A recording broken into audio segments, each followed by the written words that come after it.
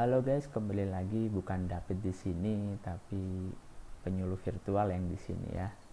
Selamat malam bagi Anda yang membuka konten ini, membuka video ini malam hari. Selamat pagi, selamat siang untuk Anda yang sedang terang-terangnya ya lihat video ini.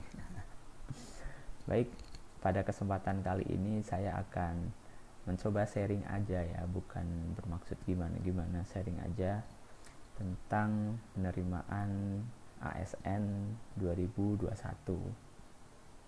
Nah, perkenalkan, nama saya Lukman Adi Cahyo dan saya sekarang berstatus sebagai CPNS Kabupaten Lebak dan tahun angkatan 2019.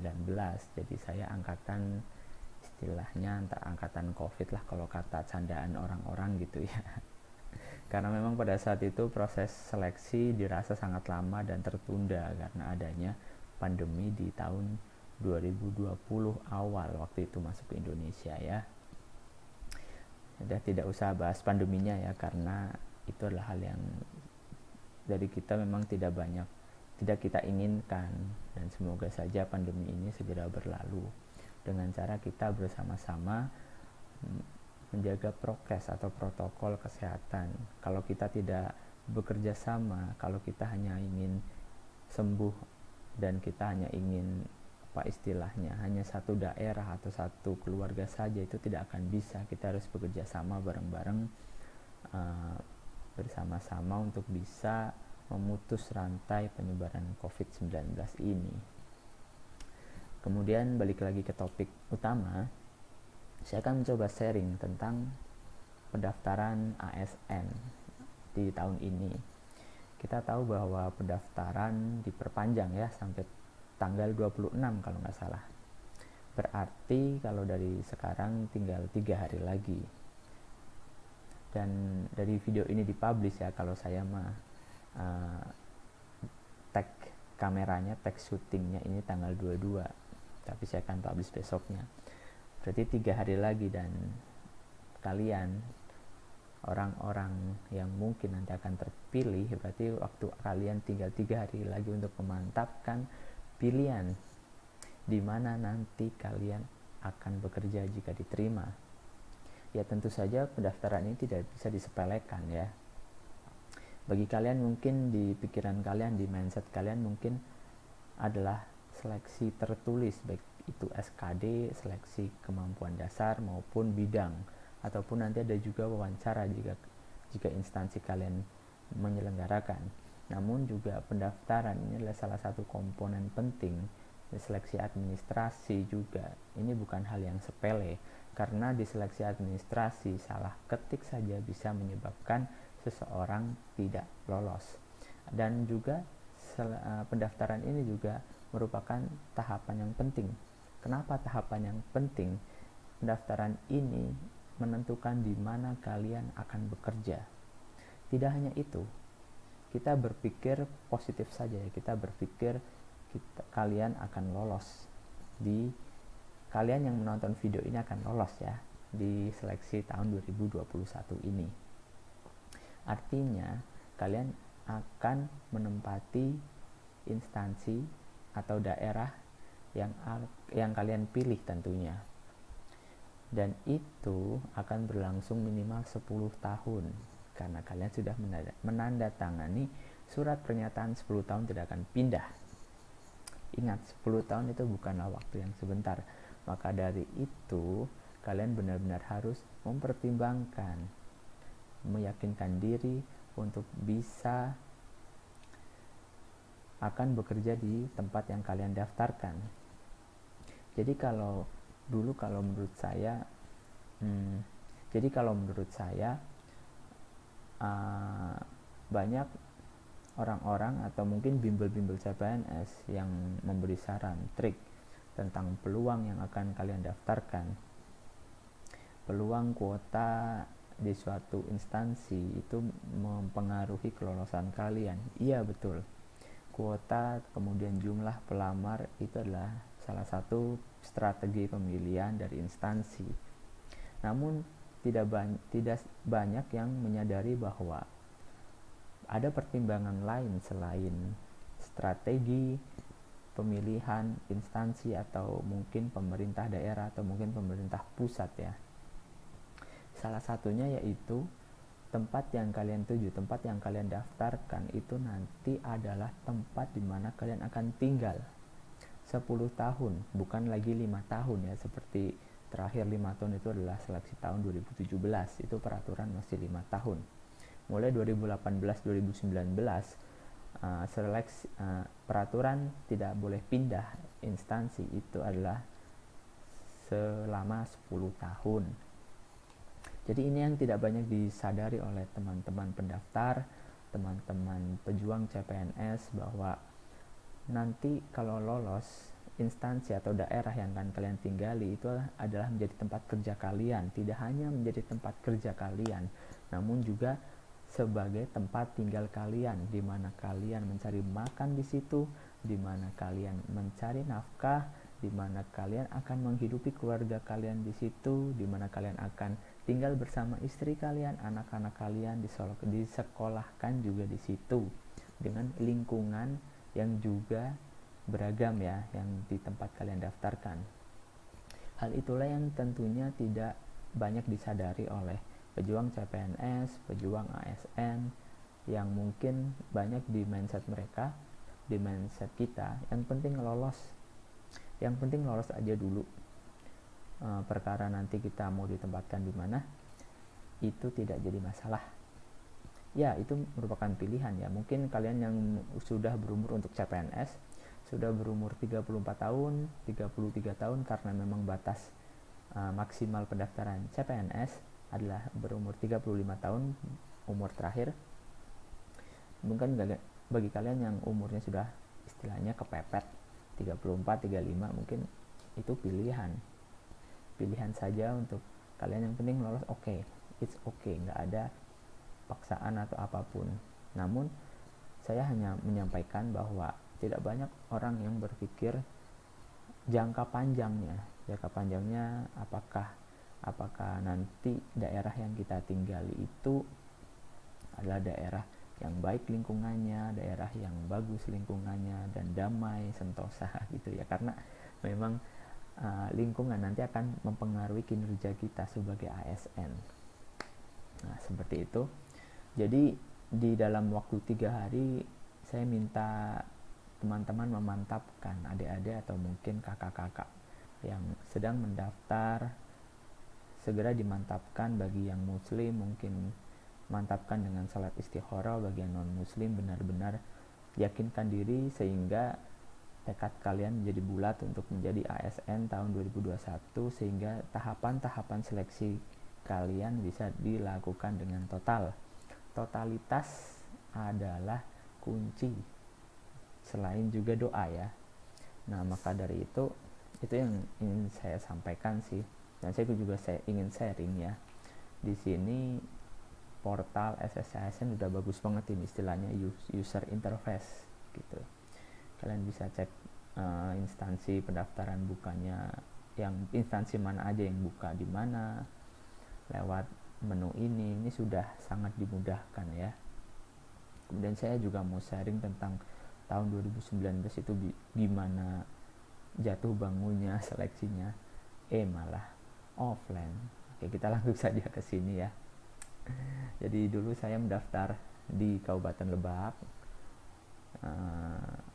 Inilah kabupaten di Provinsi Banten, salah satu kabupaten di Provinsi Banten. Dan di tahun saya juga buka ini di tahun 2021 Kabupaten Lebak ya, sedikit promosi ya, di Pemda saya bekerja. Di tahun 2021 Kabupaten Lebak juga membuka lowongan ASN lagi, baik itu CPNS maupun P3K. Ingat, ASN ada 2 ya, CPNS dan juga P3K. Jadi tidak hanya CPNS saja sekarang, P3K juga sudah menjadi ASN. Nah, di Kabupaten Lebak ini membuka CPNS tenaga teknis 103 formasi, 110 formasi untuk tenaga kesehatan. Nah, seperti saya tenaga teknis, saya bekerja di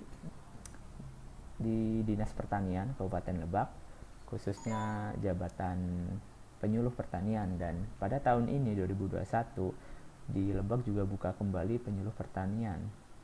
Di sini juga P3K juga 50 formasi 24, dan P3K guru sebanyak 4010 orang yang akan diterima menjadi P3K. Jadi cukup banyak ya untuk P3K guru. Ya, ini bisa kalian baca sendiri di sini syarat-syaratnya gitu. Untuk tahun 2019 penyuluh pertanian formasi saya itu buka sebanyak 15 untuk S1, dan juga ini CPNS ya, 15 untuk S1, dan juga sepertinya kalau D3 saya kurang tahu, cuman kemarin yang diterima untuk D3 itu ada 9. Jadi di total untuk CPNS total akhir yang diterima di Lebak untuk CPNS penyuluh pertanian semuanya itu ada 24 orang. Untuk tahun ini kita akan coba buka penyuluh, ada apa aja. Ahli pertama penyuluh pertanian S1 pertanian. Di sini di Lebak ada 5 orang. Kuota yang dibutuhkan ada 5, itu untuk S1 ya. Kemudian ada lagi penyuluh pertanian terampil ada 4, jadi total ada 9 untuk tahun ini. Lebih sedikit dari tahun 2019, itu memang tergantung kebutuhan masing-masing Pemda. Jadi untuk tahun ini ada 9, yaitu sekedar promosi kabupaten atau Pemda yang saya tempati. Nah, dulu gimana sih kok bisanya, tahapan-tahapannya apa aja sih gitu. Ya sama seperti tahun ini. Dulu ini masih saya simpan ya file-filenya, dari saya menyimpan berkas pengumuman Kabupaten Lebak bukaan 2019. Kemudian saya asli Cilacap, jadi di sini ada juga saya buka pengumuman di Kabupaten Cilacap. Kemudian persyaratan pendaftarannya ya banyak sama aja, kayak transkrip, ada swafoto, terus kemudian surat lamaran, ada kartu pendaftaran, kartu akun, ijazah, oke, dan lain-lain. Ini sampai saya bikin folder lagi yang benar-benar fix, yang pada saat itu diupload ya di SSCN. Jadi di upload pun kalian, jadi saya katakan tadi pendaftaran itu tidak bisa disepelekan ya, karena salah format saja atau mungkin salah ukuran ini bisa menyebabkan kalian gagal di awal maksud saya. Maka dari itu pendaftaran tidak bisa disepelekan. Kemudian masuk ketika sudah lolos administrasi, kemudian masuk ke SKD. Di SKD ini ya biasalah soal-soalnya ada TIU, TWK, dan TKP. Nah, nggak tahu nih di tahun ini passing grade ketiga sub menu itu berubah atau enggak ya. Ini adalah materi belajar saya. Banyak banget ya. Jadi benar-benar tidak bisa orang mungkin kalau melihat saya pakai orang dalam ya, atau mungkin ada channel atau ada link gitu. Enggak sama sekali. Siapa sih? Sekarang sudah susah mau pakai orang dalam, bahkan pakai calo pun banyak yang ketahuan pada saat itu. Jadi tidak bisa, sudah semua berjalan online dan tersistematis. Jadi tapi ini saya tidak pelajari semua ya, saya hanya random download mungkin untuk latihan. Banyak soal-soal di sini SKD terutama waktu itu yang memang banyak dikeluhkan apa ya waktu itu, TWK atau TU atau TKP ya, saya lupa. Mungkin bagi teman-teman yang pernah mendaftar di 2019 bisa komen ya nanti, atau sharing cerita juga. Ini SKD jadi apa ini, junk food. Sampai soal-soalnya saya namain ayam geprek, prosperity burger, enak-enak. Pokoknya saya anggap soal-soal itu adalah makanan yang enak, sehingga kita bisa tidak ada beban ya ketika belajar yummy ayam geprek ini.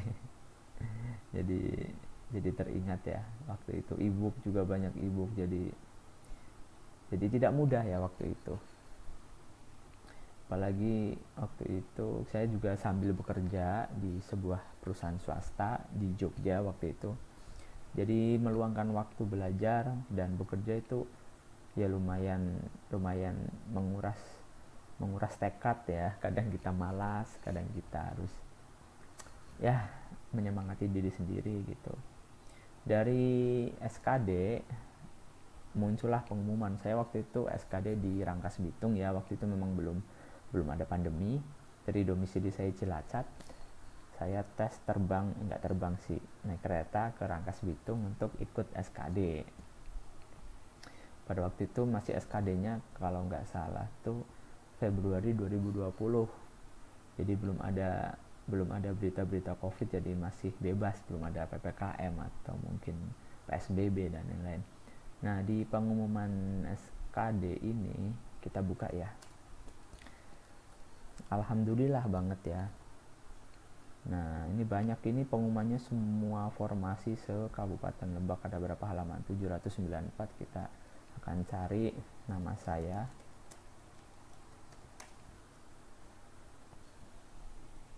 Banyak 794, jadi satu-satu. Nah, ini adalah nama-nama yang lolos SKD. Waktu itu ada kuota 15. Berarti untuk masuk ke SKB dibutuhkan 3 kali kuota. Jadi yang akan lolos ke SKB atau tahap selanjutnya itu ada 15 kali 3. Ini kan kuota akhirnya itu 15. 15 kali 3 berarti 45. Yang lolos itu ada 45 orang. 45. Nah, dengan ditandai keterangannya PL, artinya lulus, dan lulus passing grade, kemudian juga lulus kuota ke SKB, ada 45 orang. Dan saya peringkat 18 waktu itu dengan nilai 354. Saya kira nilai ini pas-pasan sekali ya waktu itu. Jadi saya rada pesimis sebenarnya waktu itu. Yang penting lolos passing grade lah, bismillah. Alhamdulillah masuk ranking 18 besar. Kemudian saya juga setelah itu saya belajar, kan ditunda ya COVID ya, lama banget, seharusnya mah 2020 selesai terima NIP, namun tidak bisa karena adanya COVID merajalela. Saya belajar, saya ikut les-les online untuk SKB. Saya folderkan sendiri lagi, ini adalah soal-soal atau bahan belajar saya waktu itu, sampai saya menginstal aplikasi latihan soal SKB. Kalau SKB nanti yang ditanyakan adalah sudah mengerucut, artinya ketika kita mendaftar, contoh saja penyuluh pertanian, formasi penyuluh pertanian, yang ditanyakan adalah seputar penyuluhan, kelembagaan, kebijakan penyuluhan, undang-undang tentang penyuluhan dan lain-lain, permentan, terus permenpannya ada juga, terus ada juga pendidikan orang dewasa di sini. Pokoknya yang berkaitan dengan penyuluhan pertanian. Sampai saya bayar materi waktu itu, beli di online ya gitu untuk materi berbayar. Kemudian saya ikut kursus online di sini. Alhamdulillah dari kursus itu kan ada grup ya, grup CPNS, grup SKB untuk penyuluh pertanian. Saya bisa belajar di situ. Mungkin kalau tidak ada grup, saya tidak akan tidak akan kuat tekadnya buat belajar. Nah, seperti ini. Jadi grup bisa sharing, bisa diskusi seperti itu. Bahkan seharusnya dari SKD ya, kita bisa benar-benar, apalagi di tengah pandemi seperti ini yang tidak boleh ada kerumunan, pertemuan, maka dari itu kursus atau les online ya saya sangat menganjurkan. Cuman itu tergantung dari tekad kita ya. Kalau misal kita niat dan kita semangat, ada fasilitas, alhamdulillah, semoga saja bisa tercapai tujuan kita. Tapi kalau kita sudah les di mana-mana online, apalagi namanya les online ya gitu ya, semau kita gitu kan. Kalau dari kitanya tidak semangat ya sama saja gitu. Nah, ini juga dari grup itu orang-orangnya alhamdulillah aktif, sangat aktif. Kemudian FR itulah bocoran-bocoran dari teman-teman yang sudah tes duluan SKB, saya kumpulkan juga di sini untuk mengira-ngira soal-soal seperti apa yang bakal keluar. Selain itu juga ada kisi-kisi sebenarnya. Ini kisi-kisi apa ya? Sudah ada kisi-kisi sebenarnya dari yang mengatur SKB untuk penyuluhan terutama ya. Di sini jadi belajar kita tidak sembarangan gitu. Kita belajar apa aja kita bisa terfokus di sana. SKB alhamdulillah, kemudian ada pengumuman, mana pengumumannya ya. Baik, ternyata tidak ketemu ya pengumuman di mana, cuman saya sampai menghitung-hitung sendiri hasilnya di sini di Excel. Dari 45 orang yang mengikuti SKB, ya alhamdulillah sekali, puji Tuhan sekali, dari 18. Berarti kan kalau 45 yang akan diambil ada kuota akhir, yaitu 15 besar. Sedangkan saya SKD-nya di peringkat 18. Saya harus benar-benar untuk bisa masuk ke 15 besar, saya paling tidak mengalahkan 3. Kan peringkat 17, 16, 15 agar saya bisa masuk ke 15 besar waktu itu. Dan alhamdulillah sekali, mana tidak terbuka nih Excelnya. Nah, ini dia. Saya sampai merekap dari skor A sampai skor akhir ya. Orang-orang ini saingan saya, skor SKD, kemudian skor SKB-nya berapa, dan alhamdulillah waktu itu saya sangat benar-benar ditolong oleh Allah Subhanahu wa taala. Entah kenapa saya sangat enteng ketika mengerjakan soal ya waktu itu, sehingga saya mendapat nilai 440. Saya pun tidak menyangka dapat nilai segitu, apalagi benar-benar tersistematis waktu itu sistemnya ya, tidak mungkin mau ke orang dalam. Dan pada waktu itu nilai diupdate ya, waktu itu kan memang sudah pandemi, maka dari itu kita berhak, ada kebijakan kita berhak memilih tempat tes yang lebih dekat dengan domisili. Waktu itu saya di Kanrek Jogja, dan Kanrek Jogja yang mendaftar Lebak hanya 2, yaitu saya dan juga satu lagi itu mana nih, Mas Hoirudin, yang alhamdulillah dia juga lolos. Dan juga soal-soal pun diacak waktu itu, dan saya mungkin sedang istilahnya bejo ya, beruntung waktu itu. Saya langsung mendapat nilai 440 sehingga naik dari peringkat 18 menjadi, di sini ada ranking ya, peringkat 2 langsung. Alhamdulillah sekali waktu itu. Peringkat 2 otomatis alhamdulillah bisa lolos ya. Dan saya sangat kagum ke peringkat 1 ini, dari SKD dia peringkat 1 nilainya 410, SKB dia mempunyai nilai 445. Jadi memang orangnya sangat pintar sih. Jadi seperti itu ya. Dan ini saya peringkat akhirnya saya ranking dari nama-namanya, dan sekarang menjadi rekan kerja saya. Cuman mereka ada di beda kecamatan, jadi mereka dibagi di kecamatan-kecamatan di Kabupaten Lebak, seperti itu. Itulah sekilas saja ya, tentang sharing aja tentang pengalaman saya waktu tahun 2019 kemarin. Dan itu merupakan proses yang sangat panjang, apalagi ditambah dengan pandemi COVID waktu itu sedang merebaknya tahun 2020 ya, waktu itu yang heboh-hebohnya. Dan itu benar-benar memecah konsentrasi teman-teman seangkatan saya waktu itu untuk belajar, harus di rumah saja waktu itu. Apalagi saya belum resign juga, saya harus sambil WFH bekerja, siangnya WFH, malamnya saya belajar, benar-benar belajar waktu itu ya, nothing tulus ya. Dan qadarullah ya, alhamdulillah saya diberi kesempatan untuk menjadi CPNS ASN di Kabupaten Lebak. Maka dari itu ya tinggal 3 hari ini ya, sisa durasi bagi teman-teman untuk bisa mempertimbangkan di mana teman-teman akan bekerja, di mana teman-teman akan nantinya menjadi orang sana yang beda bahasa. Teman-teman juga harus bisa bahasa sana, terutama bagi penyuluh pertanian ya, karena memang penyuluh pertanian itu dituntut untuk bisa komunikasi dengan orang-orang, terutama petani ya, menjadi target komunikasinya, target interaksinya. Dan petani kebanyakan kurang bisa memahami bahasa Indonesia, atau mereka lebih biasa dengan bahasa daerah mereka masing-masing. Maka dari itu kalian juga harus bisa belajar bahasa daerah bagi kalian yang di luar daerah, dari luar daerah, seperti itu. Dan waktu 3 hari ini bagi kalian yang sudah menetapkan pilihan, sudah yakin, benar-benar yakin dengan pilihan kalian dan strategi kalian apa, sudah yakin, tetap konsisten dan juga tetap dijaga semangatnya.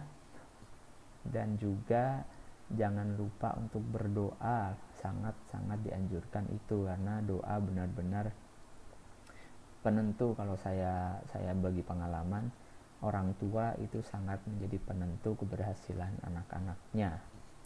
Bagi kalian yang belum yakin di mana kalian akan memilih, segeralah yakinkan yakinkan dulu kalian akan menjadi ASN untuk negeri ini, untuk mengabdi sebagai CPNS maupun P3K. Kalian yakinkan dulu bahwa ini adalah panggilan dari negara. Kalian harus benar-benar siap dan segera yakinkan di mana kalian akan mengabdi. Apapun hasilnya nanti, kalian harus benar-benar bisa tetap mengabdi untuk negara Indonesia, apalagi di tengah pandemi ini. Cara mengabdi seminimal mungkin untuk negara yaitu dengan mematuhi kebijakan dan peraturan, apalagi di tengah pandemi seperti ini. Kita paling tidak ya kita bisa menjaga jarak lah kalau kita mungkin. Ya saya juga sangat prihatin ketika orang-orang yang harus diam di rumah saja, mereka tidak bisa bekerja keluar. Paling tidak kita bisa menjaga jarak, mengurangi aktivitas. Kita mungkin tetap keluar rumah, namun harus dibatasi dan untuk hal-hal yang perlu saja, seperti itu juga salah satu bentuk pengabdian kepada negara dan juga untuk masyarakat dan rakyat, karena ini pandemi adalah suatu masalah sosial, masalah bersama yang kita tidak bisa selesaikan dengan sendiri-sendiri. Kita harus bekerja sama dan meningkatkan persatuan dan kesatuan kita. Inilah bentuk ujian nasionalisme kita ya untuk menjadi warga negara Indonesia. Terima kasih, saya hanya sharing. Jangan lupa yakinkan dan bulatkan tekad. Jangan sampai istilahnya di tengah-tengah tahapan seleksi kalian kehilangan semangat. Jadikan motivasi untuk pengabdian adalah motivasi terbesar kalian untuk mungkin sebagian besar dari kita masih saya jadi ASN untuk membanggakan orang tua, it's okay, itu bebas, itu pilihan kalian. Yang penting jangan lupakan bahwa ASN adalah untuk pengabdian. Jangan lupa tugas pokok kalian jadi ASN adalah untuk mengabdi untuk negara ini.